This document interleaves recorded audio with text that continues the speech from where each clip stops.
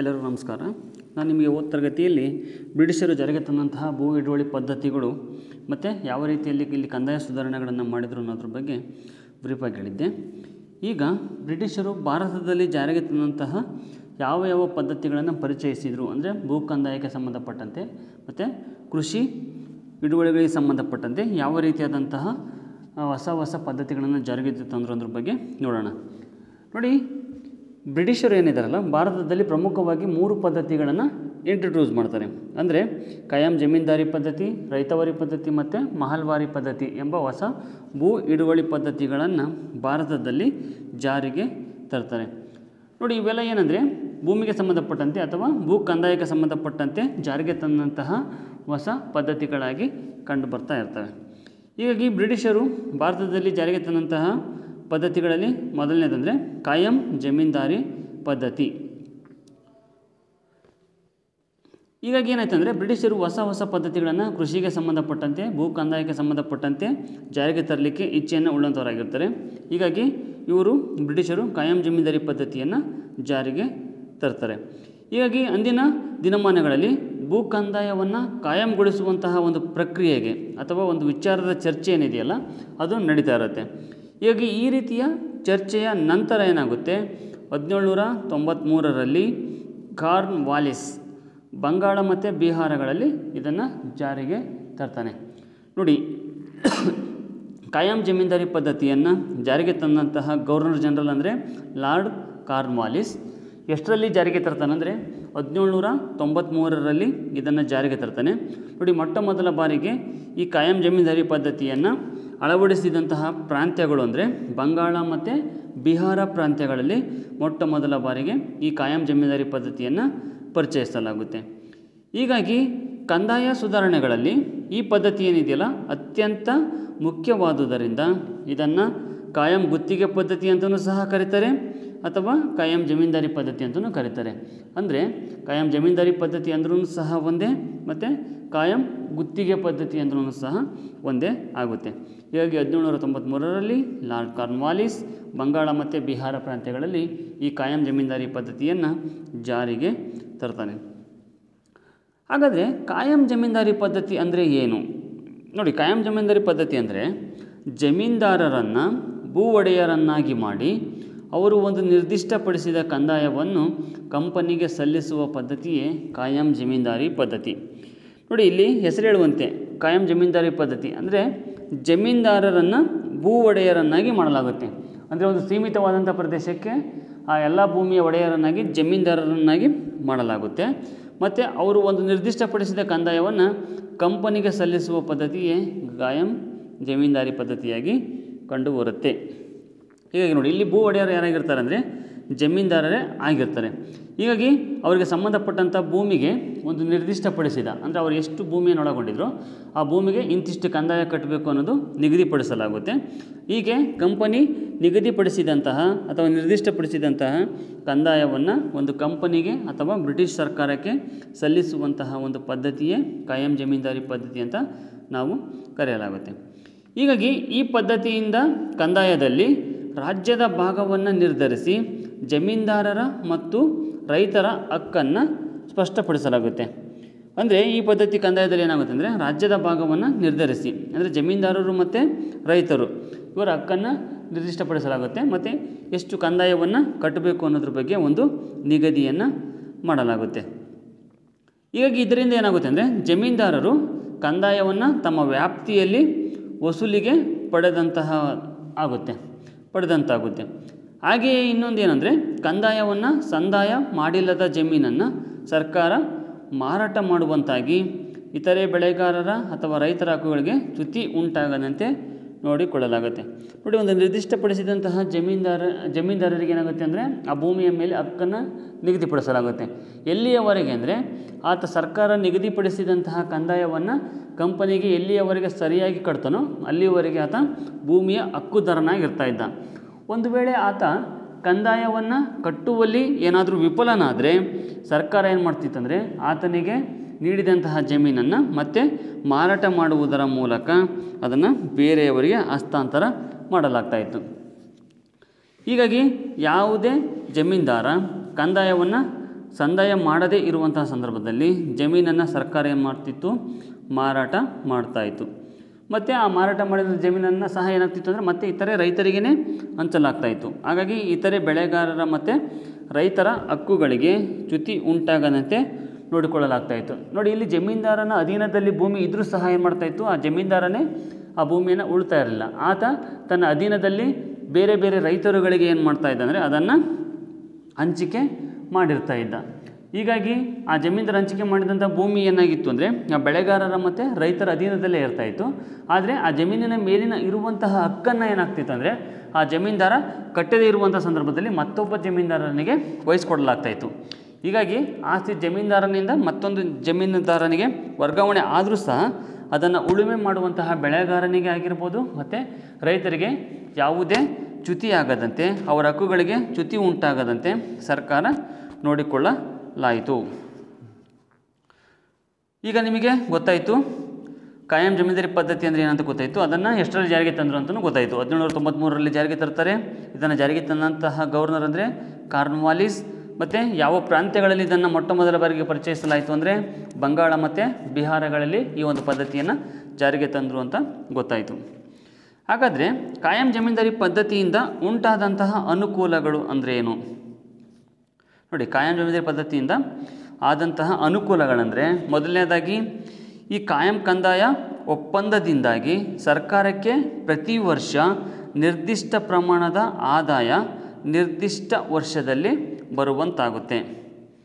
ನೋಡಿ, ಇದರ ಆದಂತಹ ಮೊದಲೇ ಅನುಕೂಲ ಅಂದರೆ ಈ ಒಂದು ಕಂದಾಯ ಪದ್ಧತಿಯಿಂದಾಗಿ ಏನಾಯಿತು, ಪ್ರತಿ ವರ್ಷ ಅಂದರೆ ಸರ್ಕಾರ ಏನು ನಿಗದಿಪಡಿಸಿರುತ್ತೋ ಅದು ಪ್ರತಿ ವರ್ಷ ಸರ್ಕಾರಕ್ಕೆ ನಿಗದಿತ ಸಮಯದಲ್ಲಿಯೇ ಸಂದಾಯ ಆಗುವಂತಹ ಒಂದು ವ್ಯವಸ್ಥೆ ಜಾರಿಗೆ ಬರುತ್ತೆ. ಹಾಗಾಗಿ ಇದು ಒಂದು ಏನಂದರೆ ಮೊದಲನೇ ಅನುಕೂಲ. ಹೀಗಾಗಿ ಇದರಿಂದ ಏನಾಯಿತು ಅಂದರೆ ಸರ್ಕಾರ ತನ್ನ ಆದಾಯ ಮತ್ತು ಖರ್ಚನ್ನು ಸರಿದೂಗಿಸಿಕೊಳ್ಳಲಿಕ್ಕೆ ಅದಕ್ಕೆ ಸಹಾಯಕ ಆಗುತ್ತೆ. ಯಾಕಂದರೆ ಇಲ್ಲಿ ಕಂದಾಯ ಏರುಪೇರು ಆಗ್ತಾ ಇರಲಿಲ್ಲ. ಸರ್ಕಾರ ಏನು ನಿಗದಿಪಡಿಸಿತ್ತೋ ಆ ಕಂದಾಯವನ್ನು ಪ್ರತಿ ವರ್ಷವೂ ಸಹ ಸರ್ಕಾರಕ್ಕೆ ಸರಿಯಾದ ಸಮಯದಲ್ಲಿ ಸಂದಾಯ ಆಗ್ತಾ ಇದ್ದಿದ್ದರಿಂದ ಸರ್ಕಾರದಲ್ಲಿ ಏನಾಯಿತು ಅಂದರೆ ತನ್ನ ಆದಾಯವನ್ನು ಮತ್ತು ತನ್ನ ಖರ್ಚು ವೆಚ್ಚಗಳನ್ನು ಸರಿಯಾಗಿ ಸರಿದೂಗಿಸಿಕೊಳ್ಳಲಿಕ್ಕೆ ಈ ಪದ್ಧತಿ ಸಹಾಯವನ್ನು ಮಾಡುತ್ತೆ. ಮತ್ತು ಇಂದಿನ ವಾರ್ಷಿಕ ಹರಾಜು ಪದ್ಧತಿಯ ದೋಷಗಳು ಮಾಯವಾಗಿ, ಅಂದರೆ ಹಿಂದೆ ಏನಾಗ್ತಿತ್ತು ಅಂದರೆ ಹರಾಜನ್ನು ಕೂಗುವುದರ ಮೂಲಕ ಯಾರು ಹೆಚ್ಚು ಬಿಡ್ ಅಥವಾ ಹರಾಜನ್ನು ಕೂಗ್ತಾಯಿದ್ರು ಅವರಿಗೆ ಕಂದಾಯ ವಸೂಲಿ ಮಾಡುವಂತಹ ಹಕ್ಕನ್ನು ನೀಡ್ತಾ ಇದ್ದರು. ಅದರಲ್ಲಿ ಕಂದಾಯ ವಸೂಲಿ ಮಾಡುವಂಥ ಸಮಯದಲ್ಲಿ ಏರುಪೇರು ಉಂಟಾಗ್ತಾಯಿತ್ತು. ಹೀಗಾಗಿ ಈ ಪದ್ಧತಿ ವಿಫಲ ಆಯಿತು. ಆದರೆ ಕಾಯಂ ಜಮೀನ್ದಾರಿ ಪದ್ಧತಿಯಿಂದ ಏನಾಯ್ತಂದರೆ ಇಂದಿನ ವಾರ್ಷಿಕ ಹರಾಜು ಪದ್ಧತಿಯ ದೋಷಗಳು ಮಾಯವಾಗಿ ಸರ್ಕಾರ ಕಂದಾಯ ವಸೂಲಿಗಾಗಿ ಮಾಡುತ್ತಿದ್ದಂತಹ ವೆಚ್ಚ ಏನಾಯಿತು ಅಂದರೆ ಕಡಿಮೆ ಆಗುತ್ತೆ. ಅಂದರೆ ಇದಕ್ಕೂ ಪೂರ್ವದಲ್ಲಿ ಹರಾಜು ಕೂಗಿದಂಥವನಿಗೆ ಆ ಒಂದು ಭೂಮಿ ಹಕ್ಕನ್ನು ನೀಡ್ತಾಯಿದ್ರು ಮತ್ತು ಕಂದಾಯ ವಸೂಲಿ ಮಾಡುವಂಥ ಹಕ್ಕನ್ನು ನೀಡ್ತಾಯಿದ್ರು. ಕೆಲವೊಂದು ಅಧಿಕಾರಿ ವರ್ಗಗಳನ್ನು ನೇಮಿಸ್ತಾಯಿದ್ರು. ಆದರೆ ಇಲ್ಲಿ ಕಾಯಂ ಜಮೀನ್ದಾರಿ ಪದ್ಧತಿಯಲ್ಲಿ ಕಾಯಂ ಆಗಿ ರೈತರು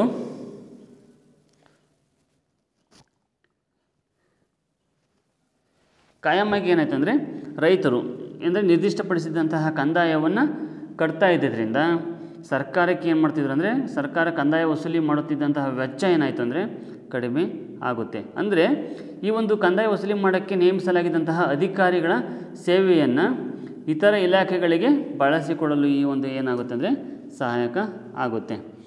ಹೀಗಾಗಿ ಬಂಗಾಳದಲ್ಲಿ ಬ್ರಿಟಿಷರಿಗೆ ವಿಧೇಯರಾದಂತಹ ಪ್ರಬಲ ಜಮೀನ್ದಾರರು ಭೂ ಮಾಲೀಕರನ್ನಾಗಿ ಮಾಡಿದ್ದರಿಂದ ಅವರು ಬ್ರಿಟಿಷರಿಗೆ ಏನಾಯಿತು ಅಂದರೆ ವಿಧೇಯರಾಗಿ ಇರಲಿಕ್ಕೆ ಕಾರಣ ಆಯಿತು. ಮತ್ತು ಕೆಲವು ಕಠಿಣ ಸಂದರ್ಭಗಳಲ್ಲಿ ಸರ್ಕಾರಕ್ಕೆ ಬೆಂಬಲವನ್ನು ಏನು ಮಾಡ್ತಾಯಿದ್ರು ಜಮೀನ್ದಾರರು ನೀಡ್ತಾಯಿದ್ರು. ತಮ್ಮ ಬೆಂಬಲವನ್ನಾಗಿರ್ಬೋದು ಮತ್ತು ಬ್ರಿಟಿಷರಿಗೆ ನಿಷ್ಠತೆಯನ್ನು ತೋರಿಸ್ತಾ ಇದ್ದರು.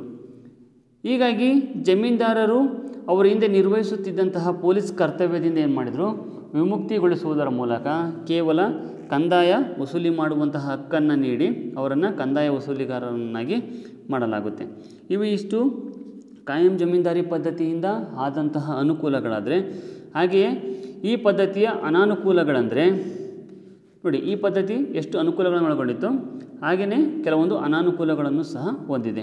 ಅಂದರೆ ಈ ಕಾಯಂ ಜಮೀನ್ದಾರಿ ಪದ್ಧತಿಯ ಅನಾನುಕೂಲಗಳಲ್ಲಿ ಮೊದಲನೇದಾಗಿ ಏನಾಗಿತ್ತು ಅಂದರೆ ಜಮೀನ್ದಾರರು ನಿಗದಿಪಡಿಸಿದ ದಿನಾಂಕವೇ ನಿರ್ದಿಷ್ಟ ಮೊತ್ತದ ಹಣವನ್ನು ಸರ್ಕಾರಕ್ಕೆ ಪಾವತಿ ಮಾಡಬೇಕಾಗಿದ್ದರಿಂದ ಅವರು ಬೆಳೆ ಉತ್ಪತ್ತಿಯಾಗದ ಮತ್ತು ಕ್ಷಾಮದ ಪರಿಸ್ಥಿತಿಯಲ್ಲಿ ಕಂದಾಯವನ್ನು ಸಲ್ಲಿಸಲು ಅಸಮರ್ಥರಾಗ್ತಾಯಿದ್ರು. ನೋಡಿ, ಇಲ್ಲೇನಾಗಿತ್ತು ಅಂದರೆ ಇಷ್ಟಂತ ನಿಗದಿಪಡಿಸಿದ್ರು ಕಂದಾಯವನ್ನು, ಅದನ್ನು ಪ್ರತಿ ವರ್ಷವೂ ಸಹ ನಿರ್ದಿಷ್ಟವಾದಂಥ ಸಮಯಕ್ಕೆ ಅದನ್ನು ಸಲ್ಲಿಸಬೇಕಾಗಿತ್ತು. ಆದರೆ ಕೆಲವೊಂದು ಸಂದರ್ಭದಲ್ಲಿ ಏನಾಗ್ತಾಯಿತ್ತು, ರೈತರು ಬೆಳೆಯನ್ನು ಬೆಳೆದರೂ ಸಹ ಹೆಚ್ಚು ಇಳುವರಿ ಬರ್ತಾ ಇರಲಿಲ್ಲ. ಮತ್ತು ಬೆಳೆ ಉತ್ಪತ್ತಿ ಆಗದಂತಹ ಸಂದರ್ಭದಲ್ಲಿ ಅಥವಾ ಕ್ಷಾಮ ಉಂಟಾದಂತಹ ಸಂದರ್ಭದಲ್ಲಿ ಏನಾಗ್ತಾಯಿತ್ತು ಅಂದರೆ ರೈತರು ಮತ್ತು ಬೆಳೆಗಾರರು ಕಂದಾಯವನ್ನು ಕಟ್ಟಲಿಕ್ಕೆ ಅಸಮರ್ಥರಾಗ್ತಾಯಿದ್ರು.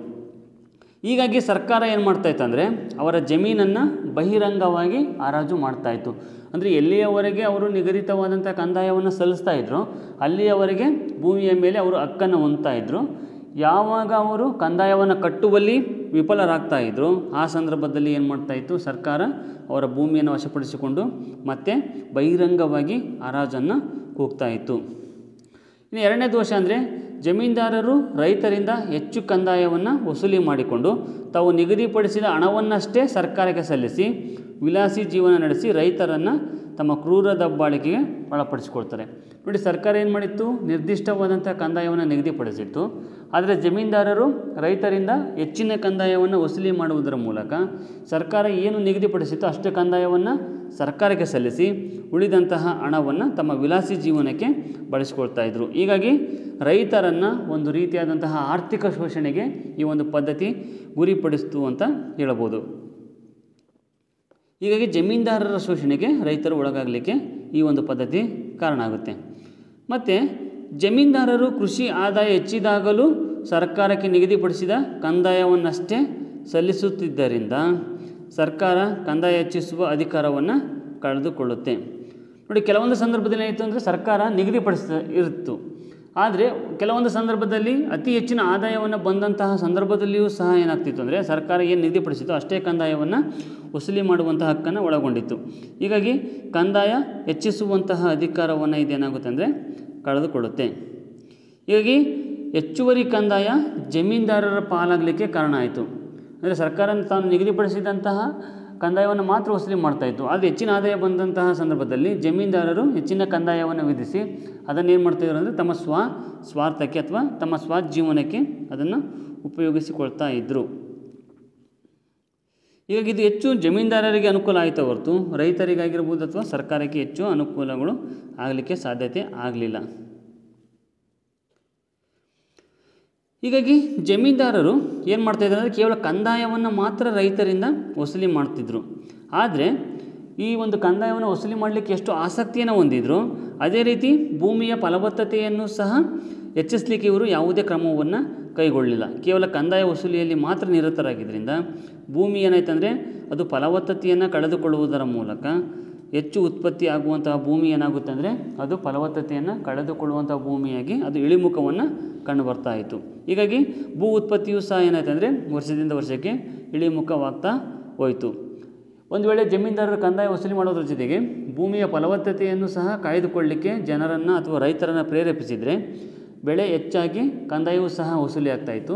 ಕೇವಲ ಜಮೀನ್ದಾರರು ಕಂದಾಯವನ್ನು ವಸೂಲಿ ಮಾಡಲಿಕ್ಕೆ ಮಾತ್ರ ಆಸಕ್ತಿಯನ್ನು ವಹಿಸಿದ್ರಿಂದ ಭೂಮಿಯ ಫಲವತ್ತತೆಯ ಬಗ್ಗೆ ಯಾವುದೇ ಗಮನವನ್ನು ಕೊಡದೇ ಇರೋದರಿಂದ ಏನಾಯ್ತು ಅಂದರೆ ವರ್ಷದಿಂದ ವರ್ಷಕ್ಕೆ ಭೂಮಿಯ ಬೆಳವಣಿಗೆ ಕಡಿಮೆಯಾಗಿ ಅಥವಾ ಫಲವತ್ತತೆ ಕಡಿಮೆಯಾಗಿ ಭೂಮಿಯ ಉತ್ಪತ್ತಿಯೂ ಸಹ ಇಳಿಮುಖವಾಗಲಿಕ್ಕೆ ಇದು ಕಾರಣ ಆಯಿತು.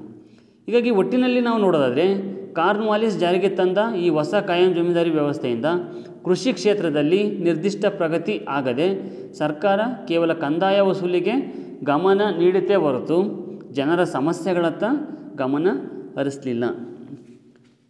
ಹೀಗಾಗಿ ಏನಾಯಿತು ಅಂದರೆ ಇದು ಸ್ವಲ್ಪ ವಿಫಲ ಆಗಲಿಕ್ಕೆ ಪ್ರಮುಖ ಕಾರಣವಾಗಿ ಕಂಡುಬರ್ತಾಯಿತ್ತು. ಯೋಜನೆ ಏನೋ ಉತ್ತಮವಾದದ್ದೇ ಆಗಿತ್ತು, ಆದರೆ ಸರ್ಕಾರ ಸಂಪೂರ್ಣವಾದಂತಹ ಹೊಣೆಯನ್ನು ಜಮೀನ್ದಾರರಿಗೆ ನೀಡದೆ ರೈತರು ಮತ್ತು ಸರ್ಕಾರದ ನಡುವೆ ಬಾಂಧವ್ಯವನ್ನು ಉಂಟು ಮಾಡಿದರೆ ಈ ಒಂದು ಪದ್ಧತಿ ಏನಾಗ್ತಿತ್ತು, ಅತಿ ಹೆಚ್ಚಿನದಾಗಿ ಯಶಸ್ವಿಯನ್ನುಗೊಳ್ತಾ ಇತ್ತು. ಆದರೆ ಎಲ್ಲ ಅಧಿಕಾರವನ್ನು ಜಮೀನ್ದಾರರಿಗೆ ನೀಡಿದ್ರಿಂದ ಈ ಪದ್ಧತಿ ಏನಾಗುತ್ತೆ ಅಂದರೆ ರೈತರನ್ನು ಶೋಷಣೆಗೆ ಗುರಿಪಡಿಸಲಿಕ್ಕೆ ಆಗಿರ್ಬೋದು ಕಾರಣ ಆಗುತ್ತೆ. ಹೀಗಾಗಿ ಭೂಮಿಯ ಉತ್ಪತ್ತಿಯೂ ಸಹ ಕಡಿಮೆಯಾಗಿ ಸರ್ಕಾರಕ್ಕೂ ರೈತರಿಗೂ ಯಾವುದೇ ಕೊಂಡಿಯಂತೆ ಜಮೀನ್ದಾರರು ಕಾರ್ಯವನ್ನು ನಿರ್ವಹಿಸದೇ ಇದ್ದಿದ್ದರಿಂದ ಸರಿಯಾಗಿ ಈ ಒಂದು ಪದ್ಧತಿ ದೋಷದಿಂದ ಕೂಡಲಿಕ್ಕೂ ಸಹ ಪ್ರಮುಖ ಕಾರಣವಾಗಿ ಕಂಡುಬರುತ್ತೆ. ಇಷ್ಟಿರಲಿ. ತದನಂತರದ ತರಗತಿಯಲ್ಲಿ ನಾನು ಮತ್ತೆ ರೈತವಾರಿ ಪದ್ಧತಿಯ ಬಗ್ಗೆ ಹೇಳ್ತೀನಿ. ಇದಿಷ್ಟು ಕಾಯಂ ಜಮೀನ್ದಾರಿ ಪದ್ಧತಿ ಯಾವಾಗ ಬಂತು, ಯಾರು ಜಾರಿಗೆ ತಂದರು ಮತ್ತು ಯಾವ ಪ್ರಾಂತ್ಯದಲ್ಲಿ ಪರಿಚಯಿಸಿದರು, ಈ ಪದ್ಧತಿಯ ಅನುಕೂಲಗಳು ಮತ್ತು ಅನಾನುಕೂಲಗಳನ್ನು ನಾವು ನೋಡಿದ್ವಿ. ನೆಕ್ಸ್ಟ್ ತರಗತಿಯಲ್ಲಿ ರೈತವಾರಿ ಪದ್ಧತಿಯನ್ನು ನಾವು ನೋಡೋಣ.